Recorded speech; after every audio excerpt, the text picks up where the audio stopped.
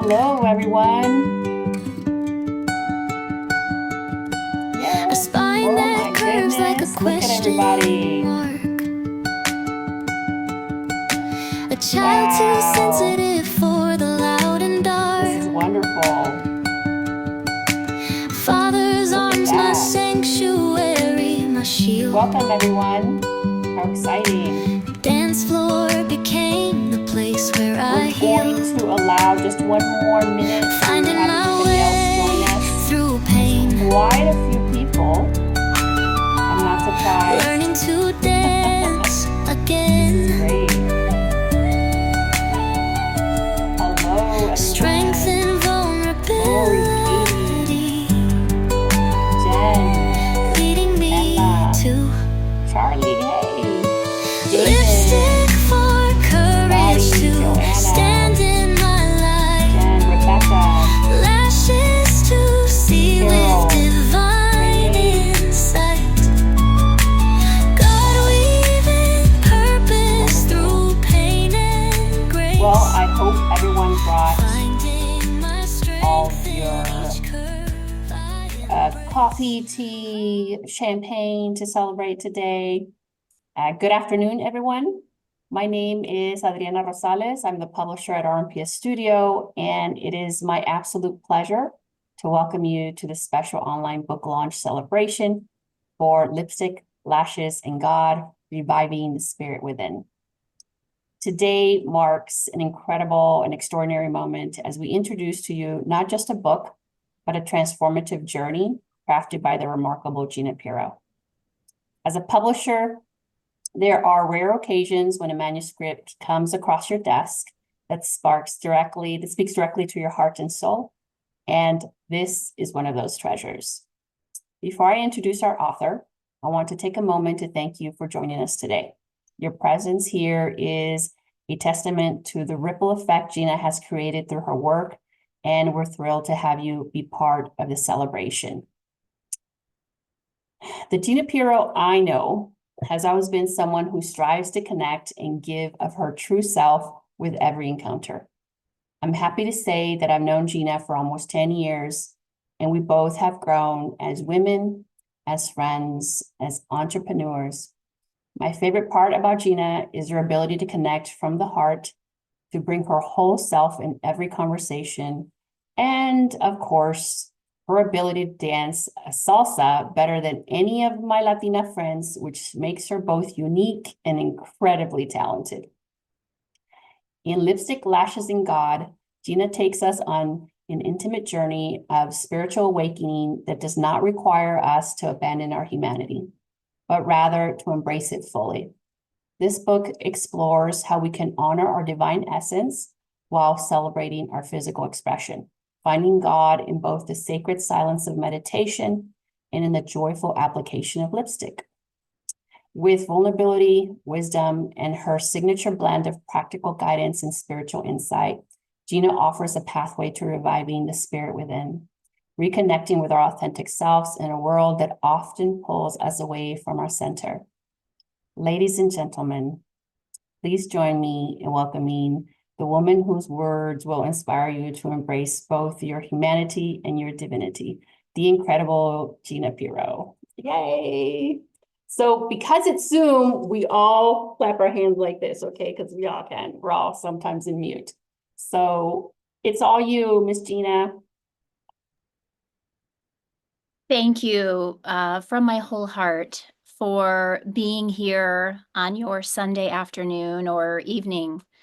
I am moved and touched, as you can hear it in my voice. In 2016, I wrote an email to two of my mentors, Mr. Tom Relabé, who is on this call, and Jean Fornarola, and I expressed an idea that I had because dance had healed me on so many levels. And I wrote them expressing this interest and coming up with some radio show called Lipstick, Lashes, and God. And what do you think? And do you think this is a good idea? And I pulled that email actually out this morning because I want to share with you that an idea might be born years ago, but perhaps the world may not be ready.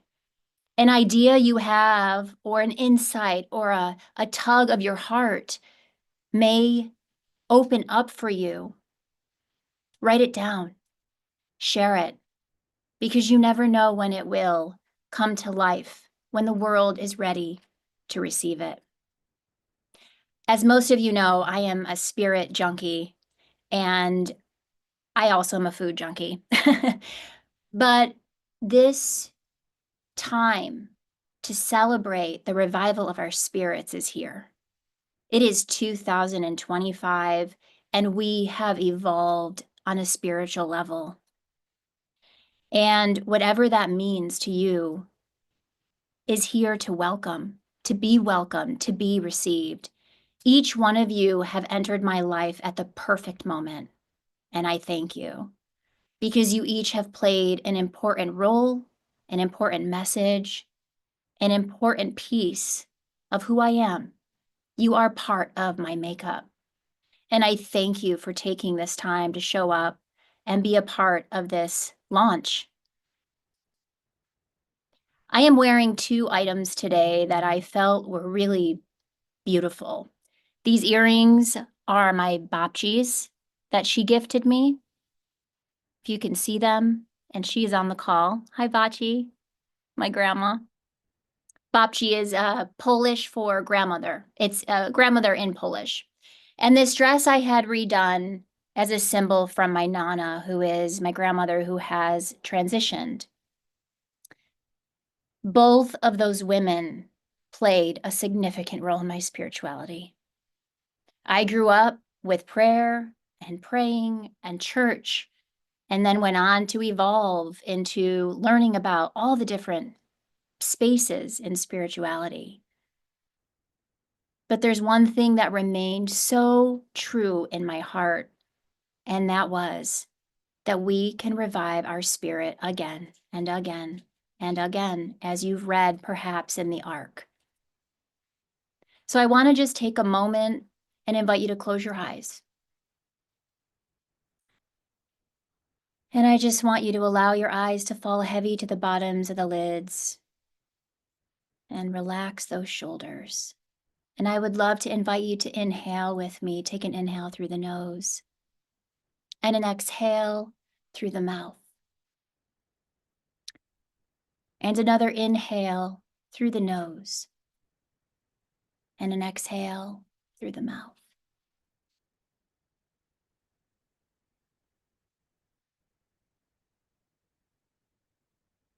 And I want you to recall a time where your spirit was revived. When was that moment that something shifted for you, that changed your spirit? Or perhaps your path? Or perhaps the love you had for yourself? My message is that we get to revive it again and again through the various things that are applicable to you. For me, that was dance and faith. And each one of you here today have been a part of reviving my spirit as well, whether it was an email, a phone call, a passing, a meal. There's a variety of ways that each of one of you have also revived my spirit, and I thank you. Take an inhale through that nose and an exhale through the mouth. And just at your time, blink your eyes open.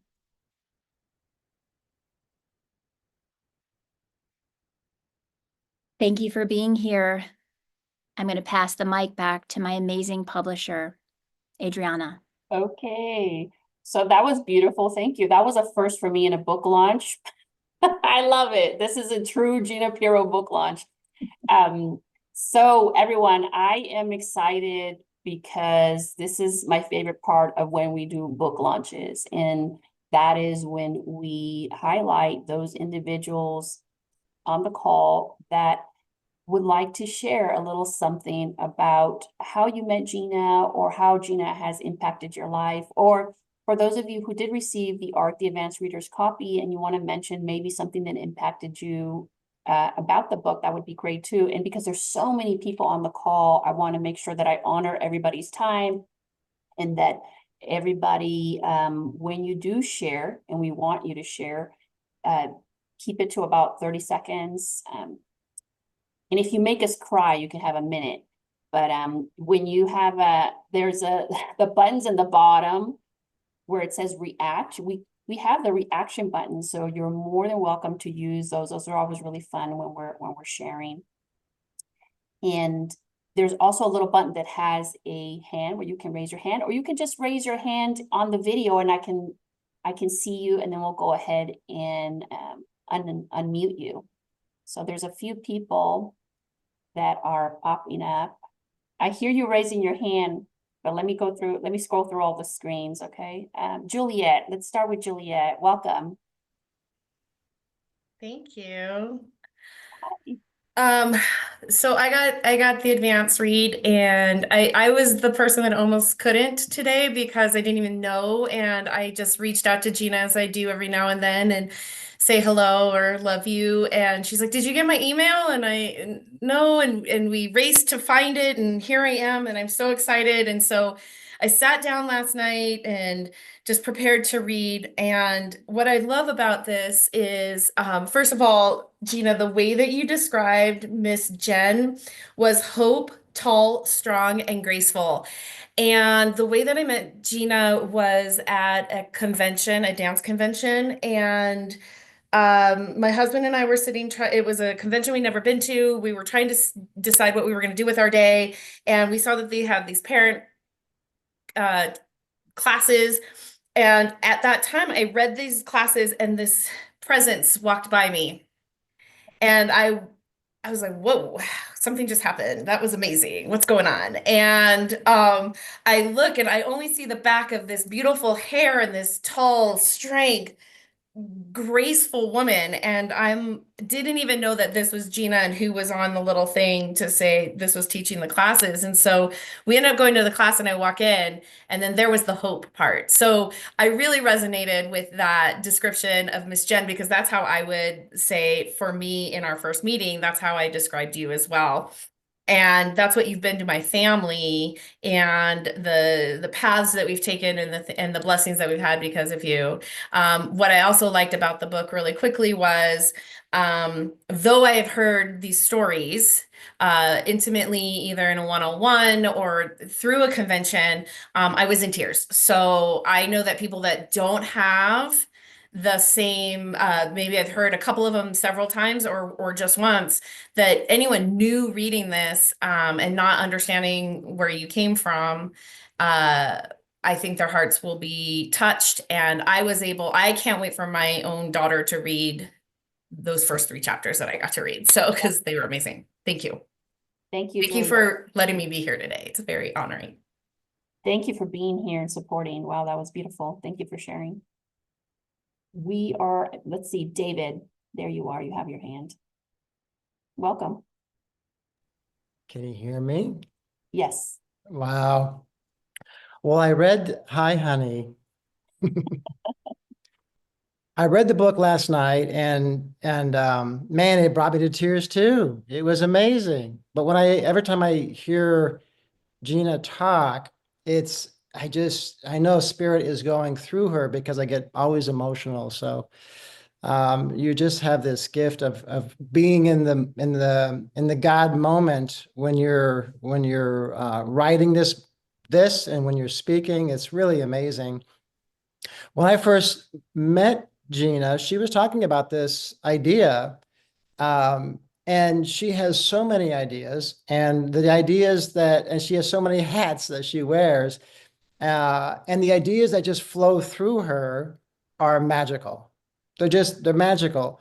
And I know that when this book was sort of, like tapping, tugging, the timing wasn't right. And over the last 8 years, it was just sort of tapping. And then finally it dropped into this timing, even though it was 8 years later from the time I met her to now, it just happened at that right time. So divine timing. And I love at the end of each chapter, you open up the room for people to have awarenesses. And in these awarenesses is how we can let things go out of our bodies. And I think that's absolutely magical. You don't see these kinds of things. And it's so soft and easy that I think people will do it. And then they'll just have these awarenesses. They may not have ever happened before. I think it was amazing. And Adriana, I mean, you're amazing walking Gina through this. It's just an amazing couple you guys are. So yeah, amazing, amazing. Love you, babe. Thank you, David. Thank you for sharing and for being here and being Gina's strong person. I know I love you both. You guys are amazing. Renee.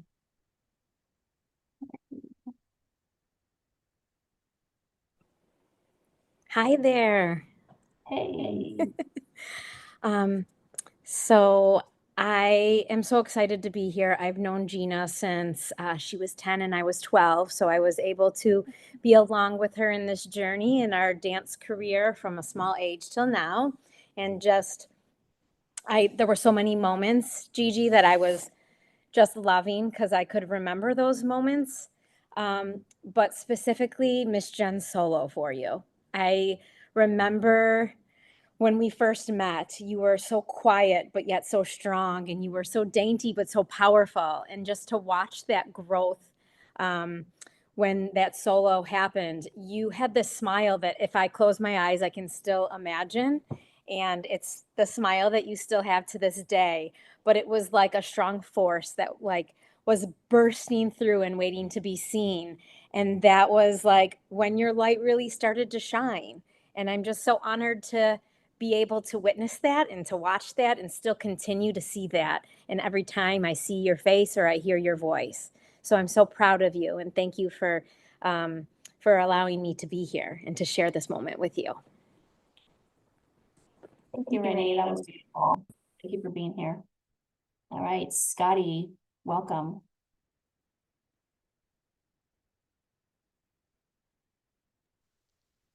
There we go. There you are. Hello. Felicitaciones desde Mexico. Congratulations from Mexico, Gina. I met Gina and David at the same time. I was invited to a dinner by our mutual dear friend, Dr. Sandra Rose Michael.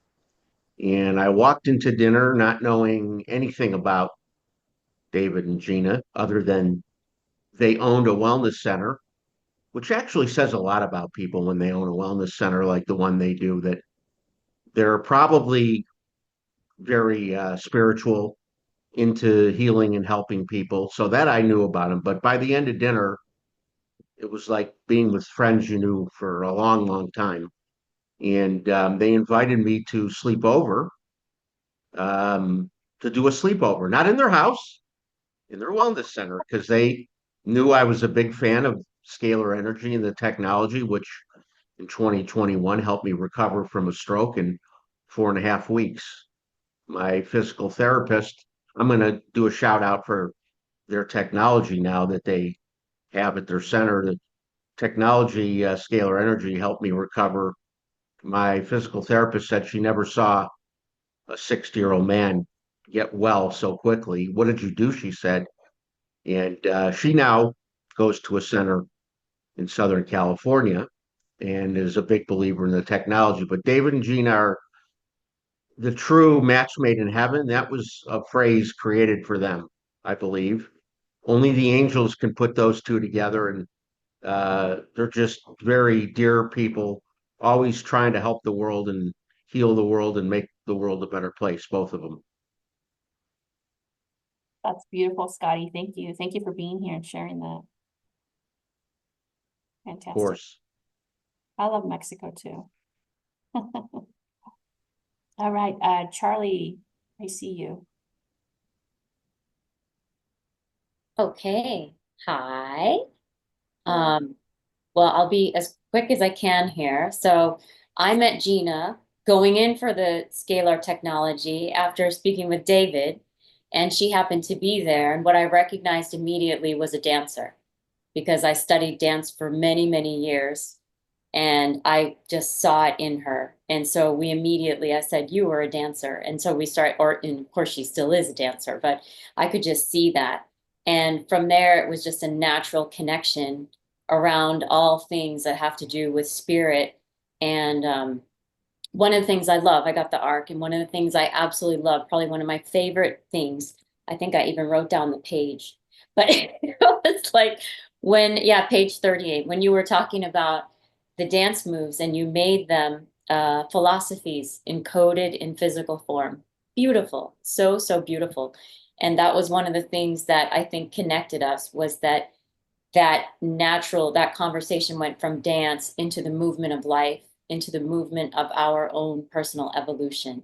So I don't want to take too long, but I'll just say I love it. I love it. And in this world today, as we're talking, I feel like this is the perfect time that we are just entering that wave of real intense evolution that's going to be happening for people, getting them back to their authentic selves, is that the beauty of us being able to use our experiences to show others that what they may see and make up on the outside is not actually the whole picture.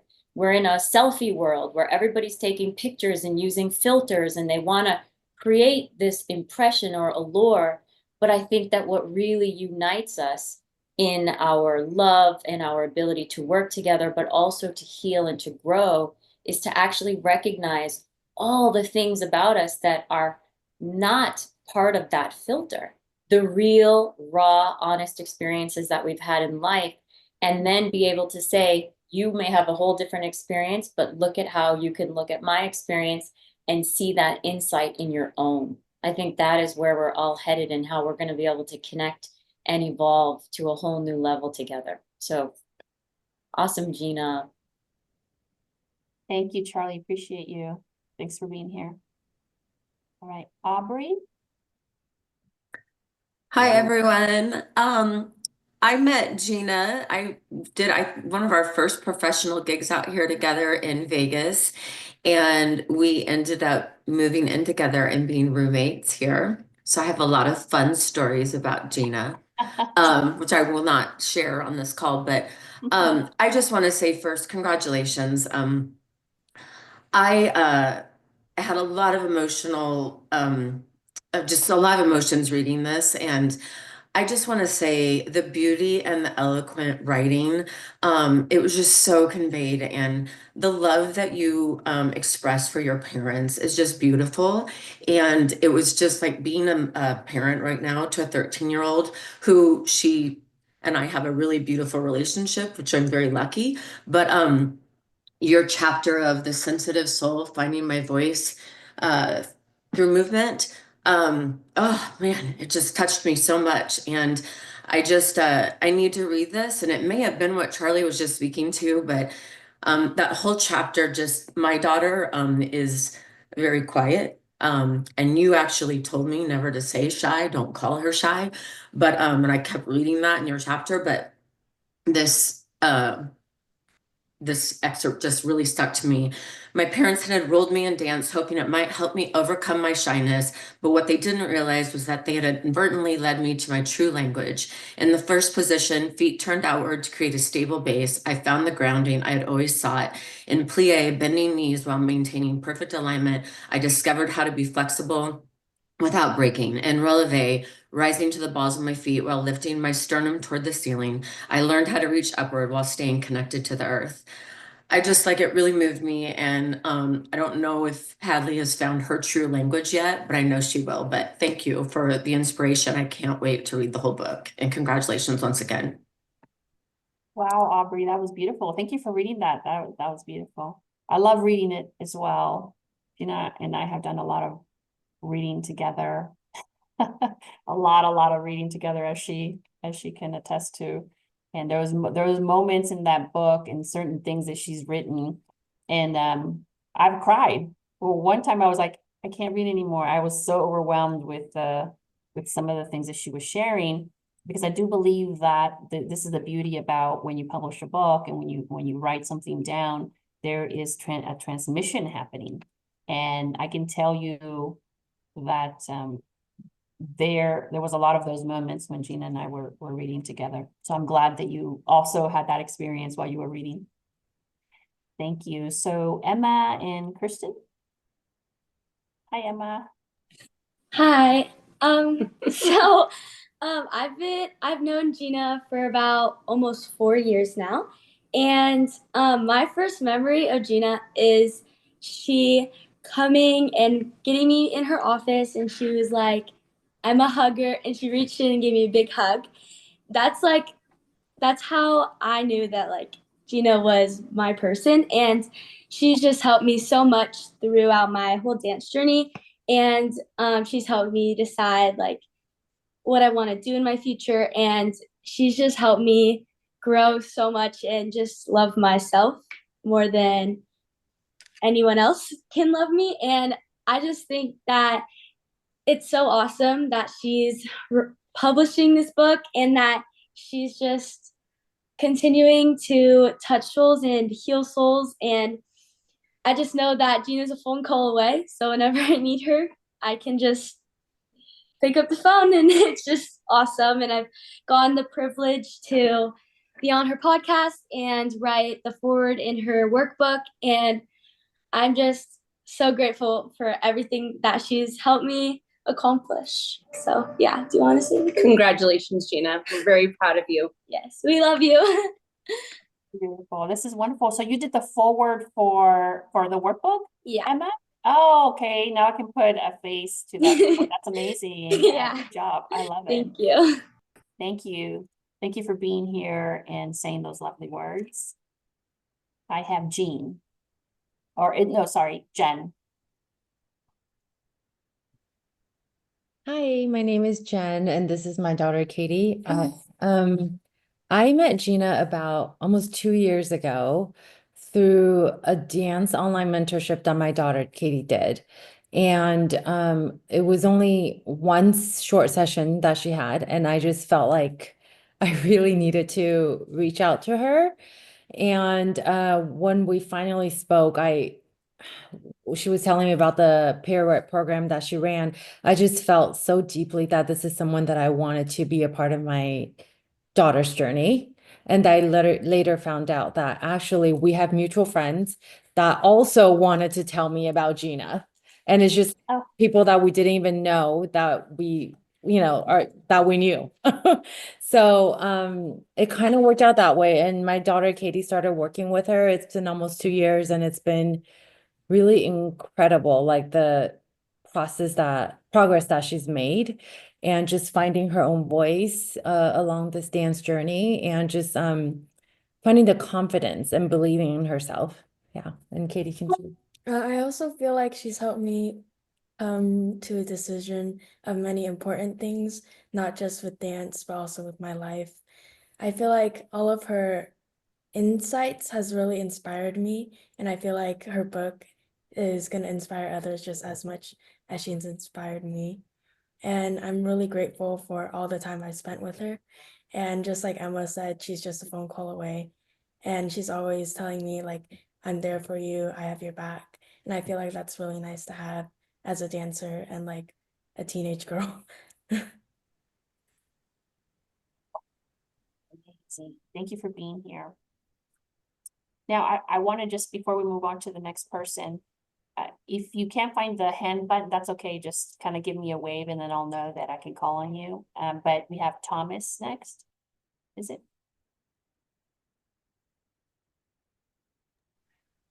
All right, I had to unmute myself. Yeah. Congratulations, Gina. And I am just so proud to be one of the many threads in Gina's life at the University at Buffalo, which we call UB Dance. And I'm so pleased to see UB Dance people in the room, Rebecca and Gina. That's lovely. What I remember about Gina during her college days is that she was very thoughtful. She was curious. I would say analytical, sometimes maybe too much analytical, but she loved synthesis. Like she loved learning something, and then how do I make something new again out of what I'm learning? So that was very much a part of her being at that time. And I think overall, the sustained success of her work while she was at the university was in her ability to manage time.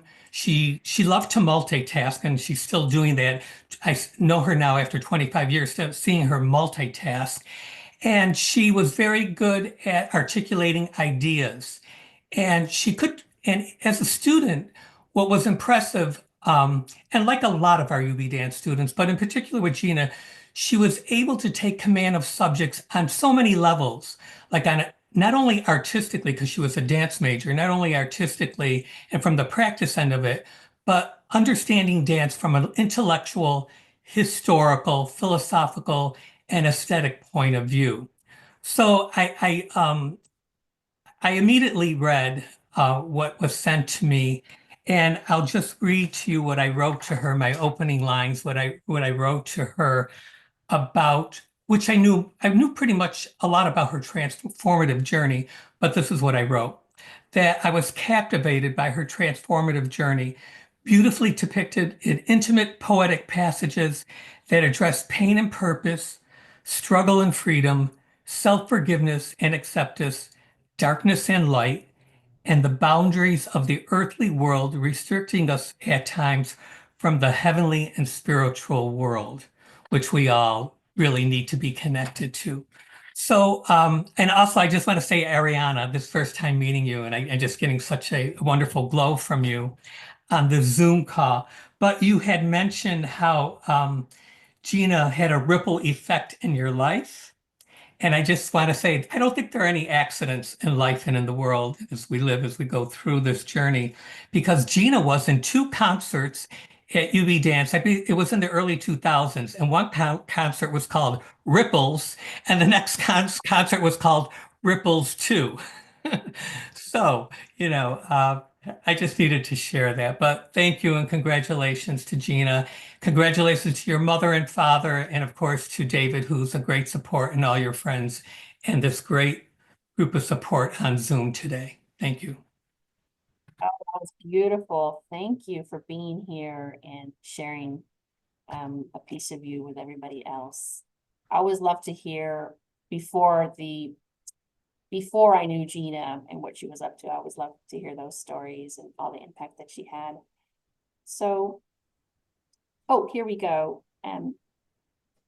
David, yes. Gina's parents, you guys are able to, you're unmuted, so go ahead, go for it. Go ahead. Right. Yeah. Hi, I'm Dad. I am Gina's dad with her mom sitting next to me.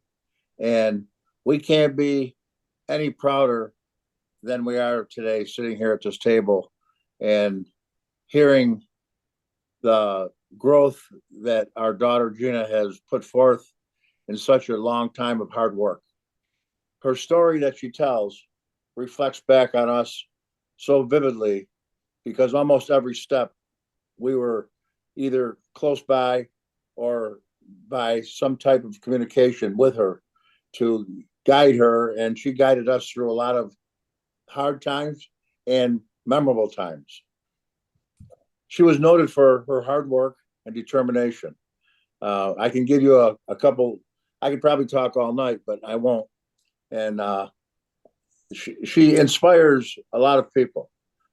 I was fortunate enough to be a basketball coach for 30 years, and Gina motivated me in conducting my practices around her thoughts and some of the things that she brought into her dance studios to some of my teams, and it paid off. The training, the dedication, the talks.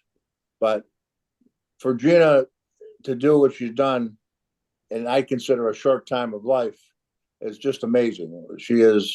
Her mother was definitely the engine that made it go, and I was a support system. There's no doubt about that. She spent hours of time in the car, on the phone, and the looks back and forth when things weren't right, if you know what I'm talking about, were just awesome. And, Gina would never really put herself down through all the adversity she went through.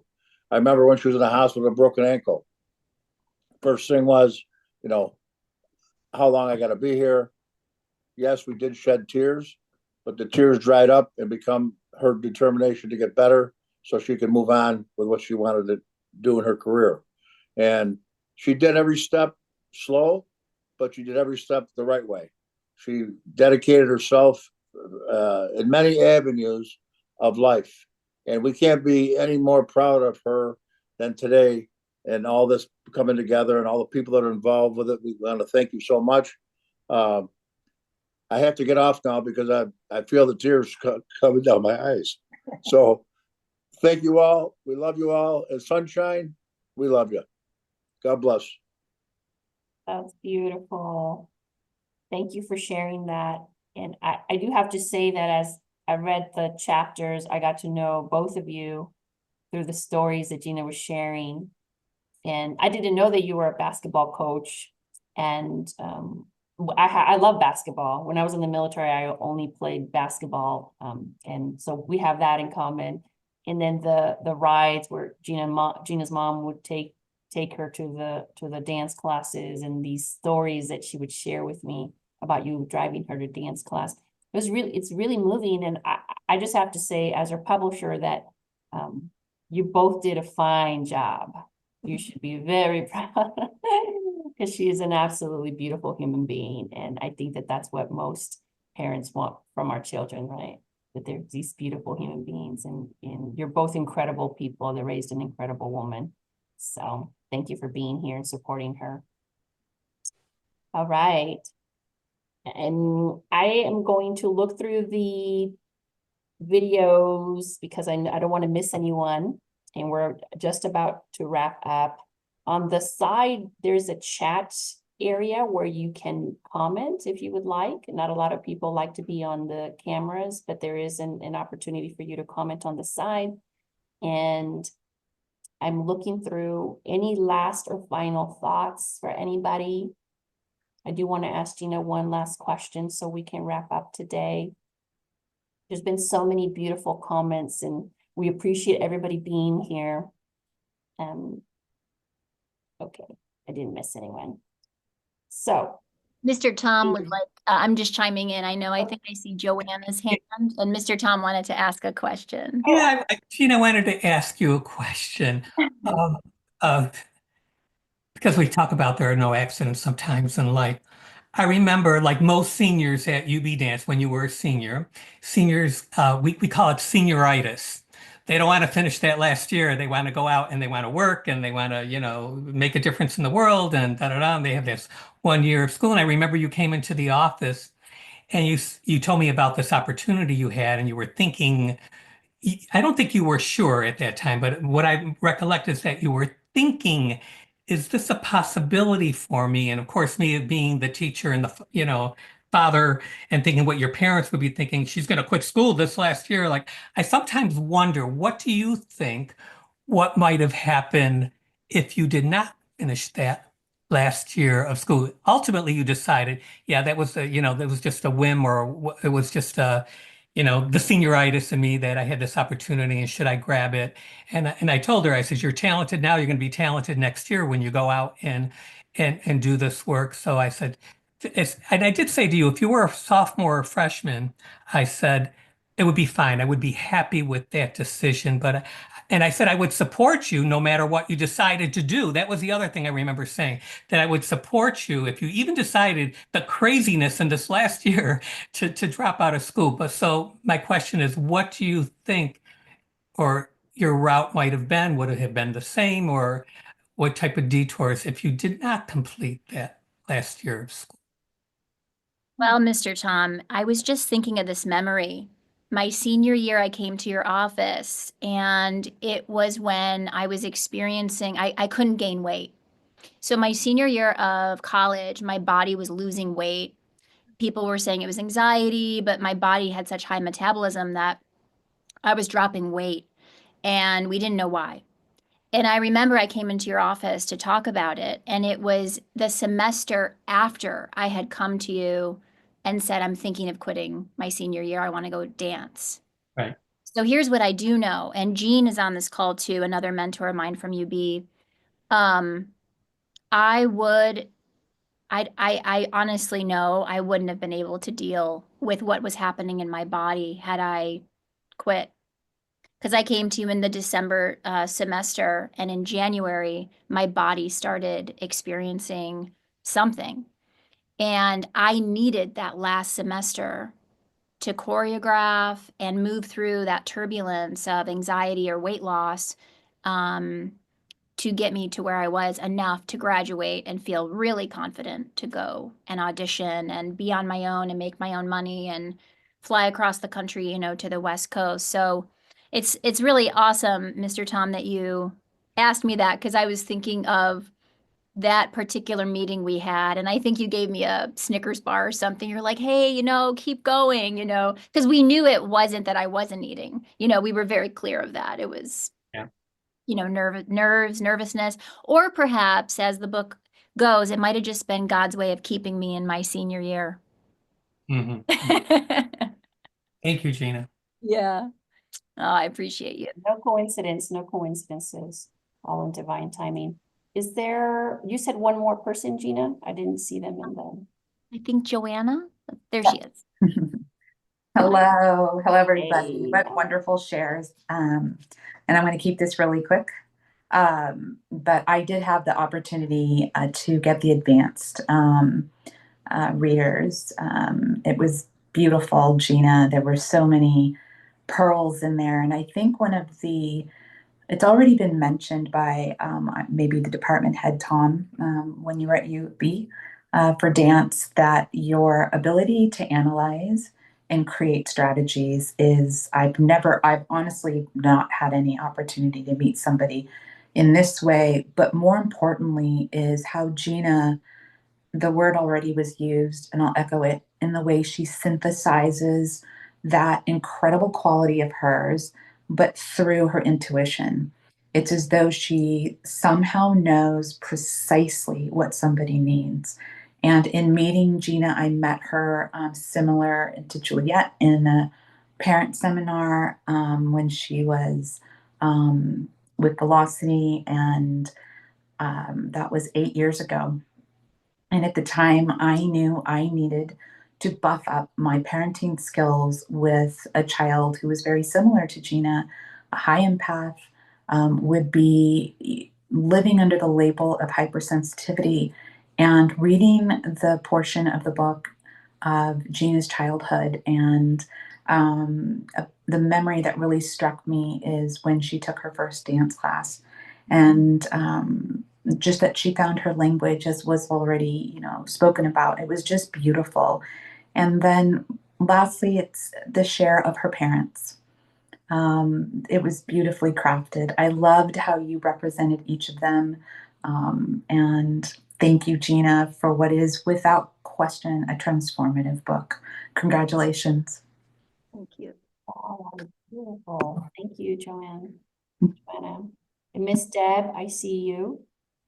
Yes.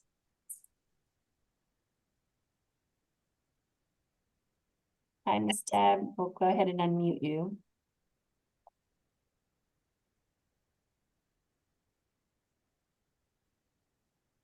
I'm so bad with technology. I'm so sorry. It's okay. I just want a woman of few words, but just love Gina from the bottom of my heart. Met her when you were 12, maybe. Taught her acrobatics, and you've just been a shining light, like ever since then. So I just want to say congratulations, and I love you from the bottom of my heart. Thank you, Miss Deb. Thank you for being here and sharing. Thank you. This is wonderful.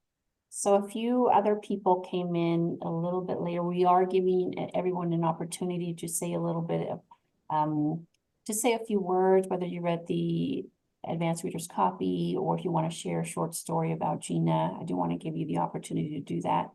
And you can either raise your hand or raise your hand with a little button in the bottom. Oh, Dawn, is it? Hello, Hi, can you hear me? Great. welcome. Hi, Gina. I met Gina when she was 16 or 17 years old. I was actually judging the competition that she was dancing in.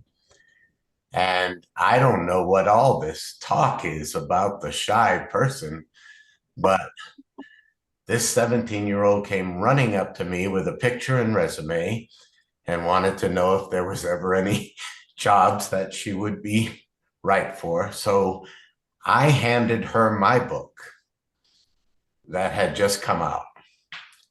So it was, like she says, a timing thing. But I handed her my book, and I've known her since that time, which is now what, 6 years? Okay, maybe a little bit more. So it is very interesting now that I was trying to teach Gina something when now she is teaching me something. And I will get to see and read your book. So you talk about full circles. We've been through a couple of them. And it is, it's very amazing. I was very moved by David's forward, really was. Probably because I relate to him so much as a coach, as a mentor. So that was big. I immediately knew 20 people we needed to send this to. So that was great too. Now to have Gina teaching at my school is amazing. And again, another full circle going around. So proud of you. I know the amount of work it takes. Been there, done that, right? And it's a lot of work. And we will get into a little more later about how those obstacles were for me, and very different from yours, but still obstacles. So it doesn't really matter, does it? Doesn't really matter, but as long as the outcome comes out in a positive way. So very happy for you, Gina. Thank you. Thank you, Don. Thank you for being here, Dawn, and sharing. And I even remember the outfit I wore. I had this this top when I met you, and I came very strategically like, hey, here's my headshot and resume. I remember it like it was yesterday. This is incredible that there's so many people on the call today that Gina has known since childhood, since teenagers, and this is incredible that you have been able to maintain so many relationships through so many years, which speaks volumes of you. And of course, well, I want to go ahead and give you the floor and share a little bit about what everybody's been sharing, and what are your thoughts about everyone that's showing up here for you. I know it can get kind of emotional when you see everybody all together in one place, cheering you on, all the people that love you. And what is your emotional state right now, I suppose? I'm touched. When I met David 8 years ago, he says, you have a block to receiving. And I did. I'm just so touched by each of you taking your time to read the arc, taking your time to be here and share this new adventure for me. I love art, and as you know, I'm an artist, and writing is a whole new art. And although I love perfectionism, I really do. I think perfectionism is amazing. Writing is a different pathway with perfectionism. And there are times, as my publisher so gracefully tells me, and Mr. Tom, last week on the phone, you also said there are times you have to let it go, and you have to let it reach the people it's going to reach. And so this helps me do that. This helps me because now I'm going into a full on editing with you, Adriana. And there are times in the back end that I'm crazy. and I'm particular.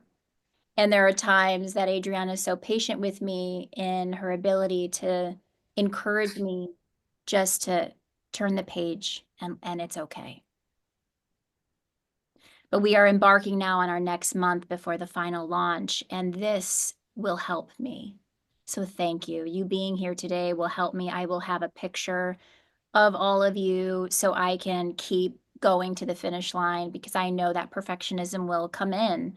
And I want it to, because I do want it to be outstanding. But we have some chapters to go.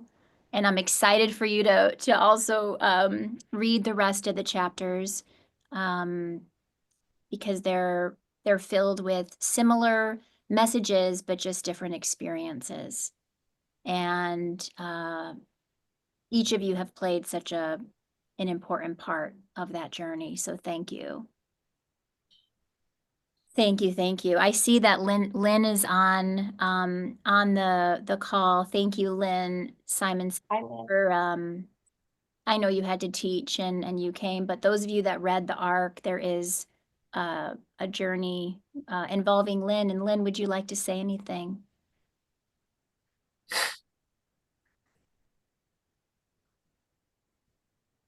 I love you, sweetheart.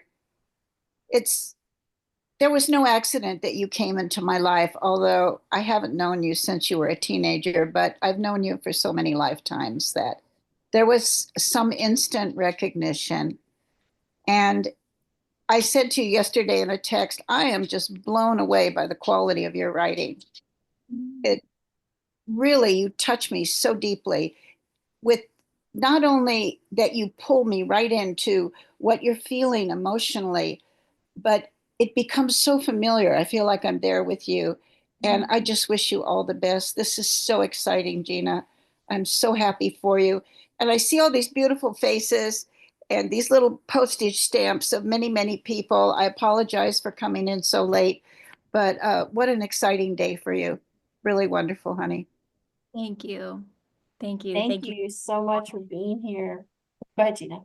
My pleasure. So I want to share just a few more minutes, and I want to honor everyone's time. You know, we're very close to the finish line here, just a couple more minutes. And I want to say that the journey that Gina took on, more than has it been a year?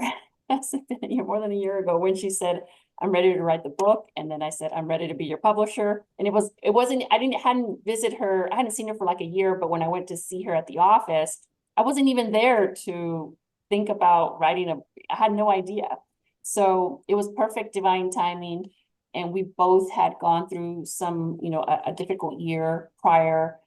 And here we are a year later. And all I have to say about everyone being here and who you are in Gina's life, I feel like I know every single one of you because of what she's written about you in the book or mentioned, or our conversations. Even if you're not in the book, we've had so many conversations to get some of these stories, you know, on paper. And it has been a transformative journey for me as a publisher, but I also know that it's been a transformative journey for Gina. And I can tell you from a very deep part of me in my spirit that this Gina has so much love in her that she transmits this in the book, that she writes this way in the book. And yes, like she said earlier, it's not easy to write a book. It's very different than when you're a performer or you dance, you know, when you're using your physical body as opposed to you're sitting down and you're really digging deep into the soul, and then you're, you know, dropping the letters on a piece of paper or on the computer.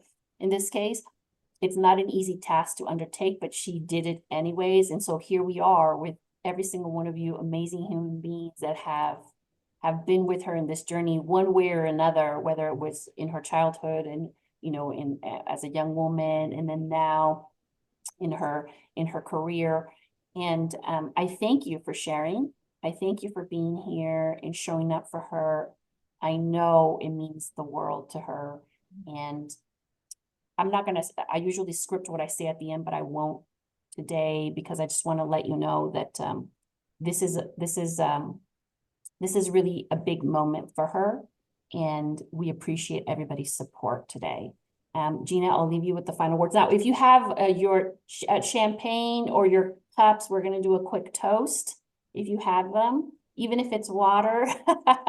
So a toast to Gina Pero and her new book, Lipstick, Lashes, and God, to a successful launch. Thank you so much, everyone, for being here. And then Gina, go ahead and take the mic.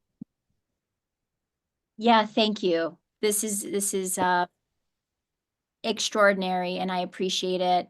If you would like to stay on for another 10 minutes, Scotty Sachs would like to do a quick interview. It would be great if you can, but I want to honor your time. He wants to just interview me for his radio show, and you're welcome to stay, and we're just going to jump right into that. I know I'll see most of you in person or soon in person, so I'm looking forward to celebrating in person. And I'll be in touch along the journey of the actual public launch. Thank you, because this is very, very helpful for me to finish the month out. I say the month, I say the month out. It's longer than that. But yeah, to read the first script to now, it's amazing, you know, to read and rewrite and reread and rewrite and go through the process. Thank you, honey, for being so lovely. As the dining room table is filled at times, or I'm out audio recording or changing things till midnight, or I have an idea and I wake up and I want to rewrite something. So I really appreciate the home being a place where I can be messy and share all my thousands of ideas. Thank you, everyone. Thanks for showing up. So if you're going to stay for the additional 10 minutes, you're more than welcome. Hang on, and there'll be a couple of questions and interview style. We love everyone. Thank you. Thank you, Renee, Juliet, Scotty, Joanna, Thomas, Don, Tina's parents. Thank you, Carol, Charlie. Thank you for being here. We needed to talk to you again. Emma, Kristen, thank you for being here. Jen, thank you. Rebecca, Pam was also here. Lori,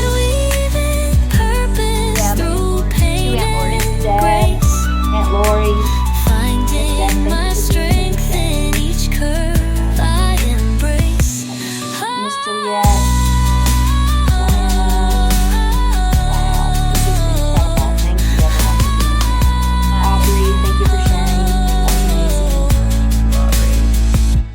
Plastic brace, 16 hours each day.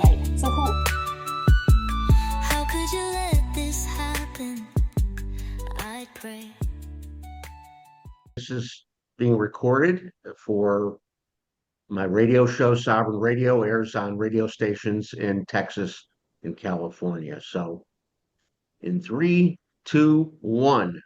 Joining me now in the Sovereign Radio studios is Gina Pero. Now, Gina is the author of a new book, Lipstick, Lashes, and God, Reviving the Spirit Within. She's a former Rockette. You know what they say about New York? If you can make it there, you can make it anywhere. And Gina's now made it, writing a wonderful book. And she's also a health and wellness entrepreneur. Gina, it's a pleasure to see you, my friend, and welcome to the show. Oh, thank you, Scotty. Great to have you. And I'm so grateful we have some fellow friends and family in our audience today.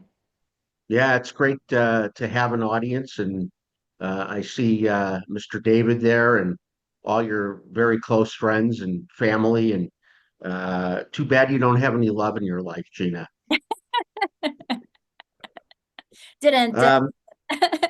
Let's start with the beginning. I usually ask people about their childhood and their upbringing because it says a lot about the direction they go in life. Now, I saw your mom and dad speak, so I got some insight. You obviously had a very well balanced childhood. You obviously grew up in a functional rather than a dysfunctional home. You grew up with a lot of love around you. That's obvious. Beside the family and support you had, what led you to get the confidence to dance at a level that you could get to the Rockettes? What was the impetus for that? Both my parents were pretty driven to have. I have two brothers, so both of them were very driven to help all three of us succeed. But I was 12 years old, and my mom and I were talking about dance, and she had decided to take me to another studio. And when she decided to take me to another studio, that was the catalyst, Scotty, for my drive, my confidence, because I was at a studio where there were teachers that were incredible and dancers that were incredible. And so being around, actually, my friend Renee's in the audience, like being around other dancers that were driven at my age at 12 and 13 drove me to succeed. Not to mention, we had remarkable teachers at this studio. Like every dance teacher at this school was incredible to watch. And so we didn't just have fellow dancers around us, but we had teachers that could demonstrate. And that training was just what started me to really get confident. Tell us about the name of the book. You obviously thought long and hard about it, and it's a very catchy. It's almost like a limerick: lipstick, lashes, and God. I really like it. What was the genesis of the name of the book? I will tell you, I sit in meditation for long periods of time and it floated in so easily and I wrote it down. And I'm like, I don't know what this is. It just came in and I wrote it down, lipstick, lashes, and God, and I let it go for a while. And then I shared it with a couple of people. I thought it was going to be a radio show because I love doing radio like you and thought about a podcast. But I just wrote it down and I let it live. And then eventually I'm like, oh, this is a book. Oh, this is supposed to be a book. Okay, that's the title of the book. And then the subtitle, Adriana, my publisher, and I really thought about and had to find the themed message throughout each chapter. And so that's how we came up with that subtitle. Excellent, excellent. I want to, since we're on a very limited time, I want to get into the real meat of the Rockettes. I want you to characterize the relationship between the women who I worked in the music industry in Hollywood. I traveled with people like James Brown and Johnny Cash and hung out with the bands and produced TV and hung out with the cast from TV shows. And the relationships were always what I would call healthy. What was how would you characterize the relationship among the Rockettes? Well, the Radio City Rockettes became a corporation in 2007. And before then, it wasn't corporate. It wasn't run corporately. So when I became a Rockette in 2008, I was also saying yes to work for a corporation, which at the time, Scotty, I had no idea what that was like because my whole life I never worked for a corporation. So when I walked into, the Rockettes, we had a handbook, we had human resources, we had, you name it, first rehearsal, we had all of these rules, regulations, policies. But a lot of the other women that I was with, it was very new for all of us because A, it's new for me, the job and this handbook, but B, they weren't used to operating corporately. And so for me, I did 3 seasons with the Rockettes, and I will say there are definitely ups and downs within my experience within the corporation. One being my second season, I got injured backstage, so I really got to see a lot of how corporations work. I really got to see, um, you know, where people wanted to help but couldn't because of what was going on, but also there was like, what do we do with Gina? I had a concussion, I had an unconscious concussion, brain spinal injury. So that opened my eyes to a whole new world, Scotty, because my parents can vouch, we didn't know what to do. I was on work comp. This is in the book, by the way. There is a chapter about the Rockettes and this particular injury. but it was, you saw people reaching out to help me in like private corridors because we couldn't do it publicly. And so in experiencing that, I knew if I did the Rockettes again, I knew exactly how this was going to work. I just had more of an awareness. It wasn't just a dance job. It wasn't just a moment on stage, to celebrate. Like, this is really being run by something that I've never experienced before. It's a machine, it's a system. There are procedures, people you have to talk to. So it was a very interesting route. I'm sure. So we both know that show business, Hollywood, the music industry, Broadway can be a very dark place. I saw some very dark things in my travels, things I wouldn't even talk about here. Um, Tell me from dark to light, what was your darkest moment and what was the brightest light in your career as a Rocket? The darkest moment was probably the injury and having to acknowledge my body and hope that I was going to get paid, because I really wasn't making a lot of money to where if I didn't get a paycheck that week, I would be okay. So that was difficult. What else was dark was uh, that I didn't know who I could trust during that time because I was traveling with the Rockettes. So it was lonely, I would say. It was a very lonely time. But the brightest time was 3 months after that injury because I knew my purpose was something so much grander. And I think the grandest, the one of the brightest moments, it was dark, but I didn't get hired my fourth season, and my dad could probably remember this. So I auditioned my fourth season and I didn't get it. And I spent 3 days in bed, and it was pretty dark. And I didn't know what I was going to do with my life, not to mention I had put everything into that, and now it's gone. And I woke up and my dad said, "You need to remember who you are. You need to remember the young Gina who shoveled the snow. You need to remember, the young girl who didn't complain about dance. Like, you have to remember you." And I got up and I showered and I went to yoga. The light after that was I refused to ever rely on anyone else for a job. And that was the light. I was sitting on my bedroom in my one bedroom apartment in Sunnyside, Queens, and I had my feet dangling over the bed, and I said, "This is the moment, Gina Pero, that you will never ever rely on someone else paying you money." And I really built my entrepreneurial life on that. But it was that one decision I made that was the light decision, because then I just worked my ass off to build my own business. So and that I mean, I can recall exactly my bedspread and that moment. So that was the dark and the light.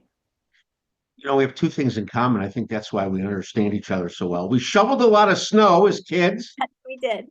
me in Chicago and you in New York. That builds character, we know. And I never had a job. I got out of college, started my own business, and I've never worked for anybody, had a job. And it's really, a path that is filled with a lot of unknowns. But let's go to the job aspect of being a Rocket. You had a coach, a manager, owners. I want to know how they treated you. I want to know what kind of environment they created for the girls and how did they treat you? Was it dysfunctional and abusive a little bit, or was it, real healthy and character building and always a positive influence on the girls? How did they treat you?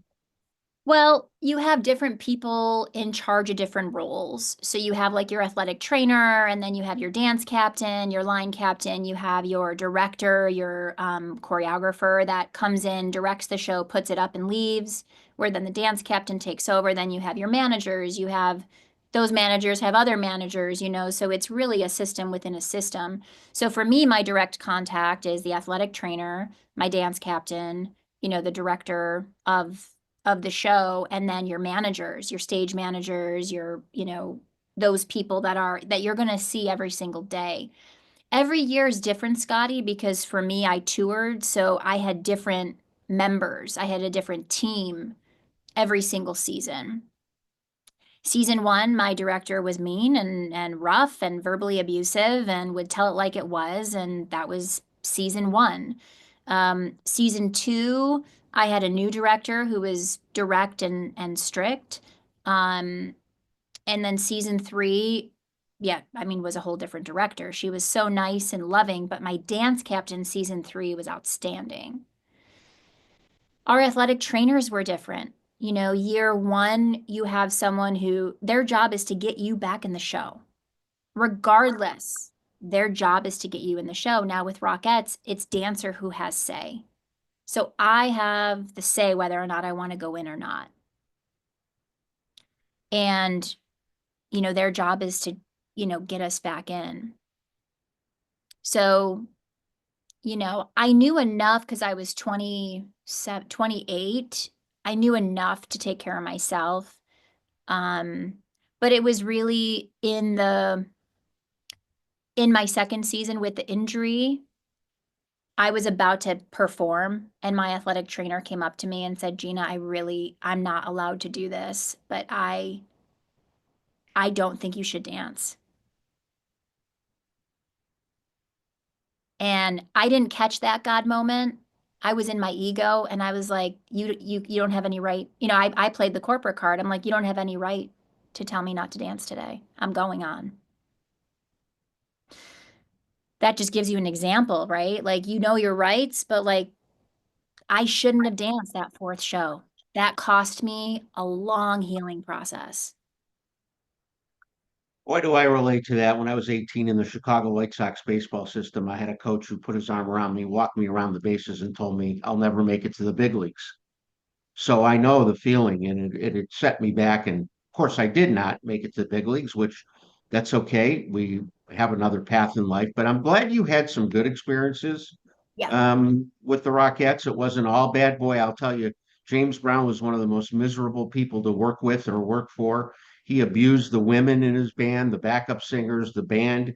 He was just the most abusive man. But then there are good guys like Johnny Cash. So you experience both sides of the Yeah. coin too, and that's really good. I wanted to play a couple minutes from your book cover reveal because the video is so revealing, but we don't have time because we're going to wrap this up pretty quickly. But I'll put the link to the book cover reveal in the description of the video below. And the video will be in a couple days at sovereignradio.com so everybody can check it out. The book cover reveal is great, by the way. I love your reaction to the various covers, and Adriana was with you in the room. She just let you be the excited. You were like the little girl in you came out. It was really, really adorable. I encourage everybody to go watch the video. But regarding the book, your friend Lynn came in and referred to the quality of your writing.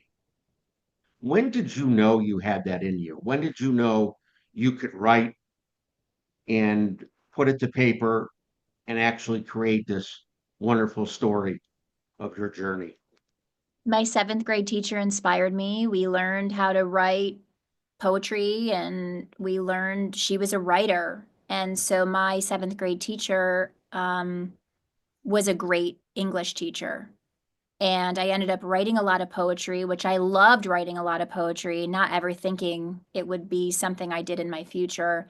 But then we had to write a children's book, and I wrote a book about a young girl named Katie. And it was a children's book. And I'm like, oh, I love writing. I loved putting it together and do the illustrations. And then throughout my life, I had continued to write poetry and things like that, but I never really stuck to it. I mean, I was dancing and that was my art, or teaching.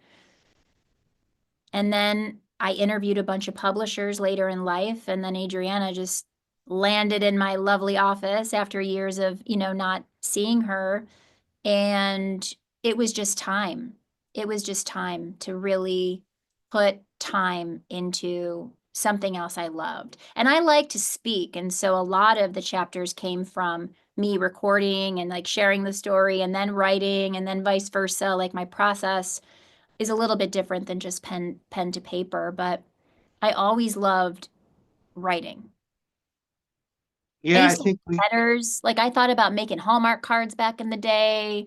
I would write letters and cards to people all the time. So, yeah, I think as young kids or adults, young adults, we know we can write and we know it's something that we enjoy doing. So kudos to you for pursuing the passion of writing, because most people don't ever get around to pursuing their passions in life, and you're pursuing many of your passions, which is awesome to see. I'll have to have you back because there's a lot more questions I want to ask, but we're out of time. I'm going to ask one more question.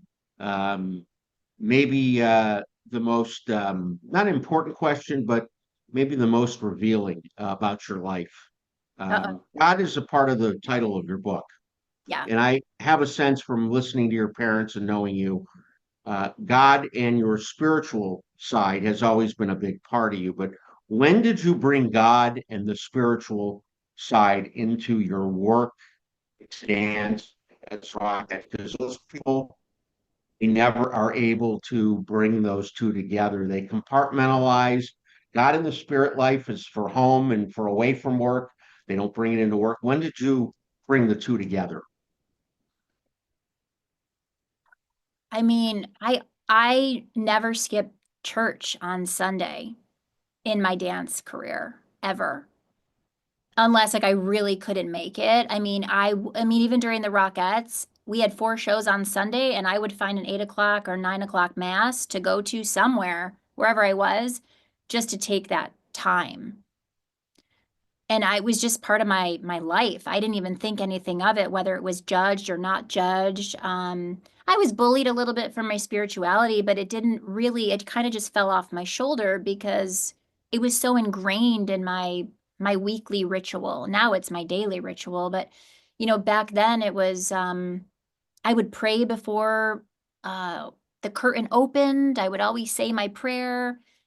I would always thank God after. I mean, it was like embedded in my choreography where um I may have lost sight a little bit, throughout the journey when I was maybe choosing things that weren't aligned for me, but in terms of the practice of it, it was a, a part of my journey as a dancer for sure, all the time. Even in Japan, there's a chapter in the book about Japan. You'll like this, Scotty. I go up to the front desk and I say, "Where's your Catholic church?" You know, and they look at me and they say, "A what?" And I said, "I need to find a Catholic church." And they said, "Well, we have temples, but we'll do whatever we can to find you a Catholic church." Well, on my last day in Japan, they said, "We found a Catholic church." And I thought, well, I've been going to the temples now, to pray and, whatever. I guess I don't need a church, but I still went to this little tiny Catholic church and the, whatnot. And that's kind of when God was laughing at me, like, you don't need to find a church to pray. And, like it was kind of a joke on me. But I feel really grateful. Um, my friend Renee is in the audience. She is still one of my best friends, but throughout my dance journey, her and I always prayed and we always talked about God and church and faith. So I think, having at least one person who was that person for me to have is remarkable. When I performed for Meatloaf, I don't know if you knew that, but I worked with Meatloaf and yeah, Interesting. yeah, opening That's for night, another, we'll talk about that another day. that was incredible. But opening night, my friend who was our choreographer came up and she said, "Look, I don't know if you do this, but I want to know if you'll pray with me." And I thought, "Oh my gosh, like I would love to." I was praying over there on that curtain and she was praying over there on this curtain. So it was nice just to say, "Hey, let's pray before the show and set an intention," so. Well, you were a good girl. You went to church every week. It served you well. My daughter's 18. She hasn't missed a week of church. In fact, she goes to a Catholic high school, so she's kind of it's around her. It's a part of her life. My dad's made a big mistake. He sent me to a temple that was 2 blocks from Wrigley Field. I get off the bus and go to the Cub games. I never really made it to Temple. Shame on me. But so that's good. It really shaped and formed your life and says a lot about who you are. You brought God in the spiritual aspect of your life into dance. It didn't come during your career, it was already there. And that's a very revealing thing about you that you could bring that through your years of tough physical and mental it's a lot of work what you did being a rockette. I know the physical aspects of it, that you were able to maintain that connection to spirit and God. It's a wonderful thing. We've been talking to Gina Pero, the author of Lipstick, Lashes, and God. Gina, we'll have you back. Meantime, tell our listeners where they can find you in the book online. Yes, if you go to ginapero.com, you will be able to see right at the top of the homepage a link to subscribe, to be notified when the book is actually coming out for purchase. And then once it's out, that link will change to say buy now. And I'll send you all those links. But thank you for having me, and I really appreciate your questions and your friendship, and I appreciate you interested in the book and in what we're doing here over at the center. And I will say being a rockette was the hardest job I had ever done. And I thank God every day that I met Dr. David Stella, because he has helped me heal that rockette journey, because it took some time, for sure. Gina, I think this interview and your book are going to be a nice break for my audience. We talk about geopolitics and what's going on in the United States with, the current administration versus the old one. It's just a lot of politics on the show. So this is a welcome relief. We get away from that. And I thank you for being on the show, and we'll have you back again. Give us that URL one more time. Yep, ginapero.com, GINAPERO.com. And maybe next time I'll offer a high kick, or offer you and I to high kick on Zoom. That would be good in a longer form interview. That'll be great. Yeah. Gina, thanks for being on the show. Thank you for having me. Thank you very much. Great job. Oh, thank you, Scotty. Thank you, everyone, for staying and being a part of that interview. This was an impromptu, and I'm so grateful that you stayed and were part of it, which was really sweet. So, thank you, Scotty. That was amazing. Thank you. Thank you, everybody. Hanging out. Thank you, everyone. Enjoy your beautiful night. I love you. I'm so grateful. I look forward to connecting one-on-one and hearing more about how you connected with the book. So I love you, love you, love you. Thank you, everyone. See you later.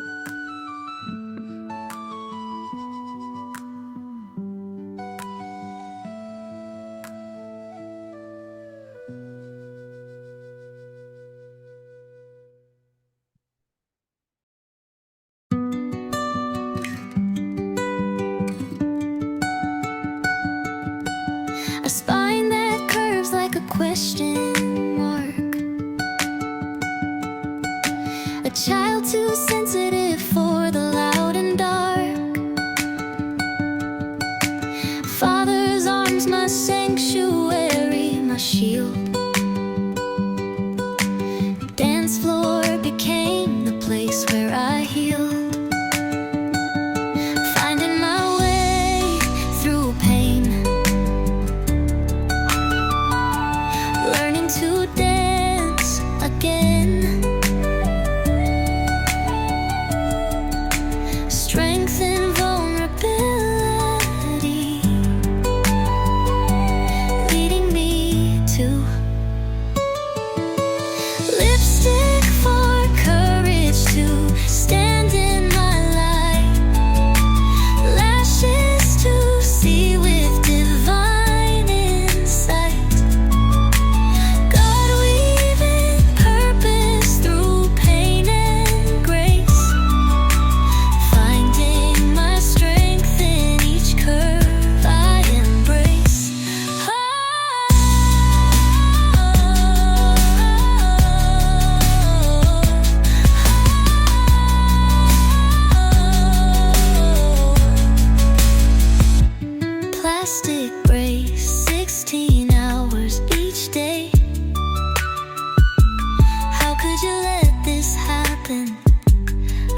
pray. Yet in cathedral light, I found my way. Angels promised there'd be a great day. The healing rhythms of loving mentors taught me to flow with each circumstance, not despite my curves, but because of them all. I rise from each moment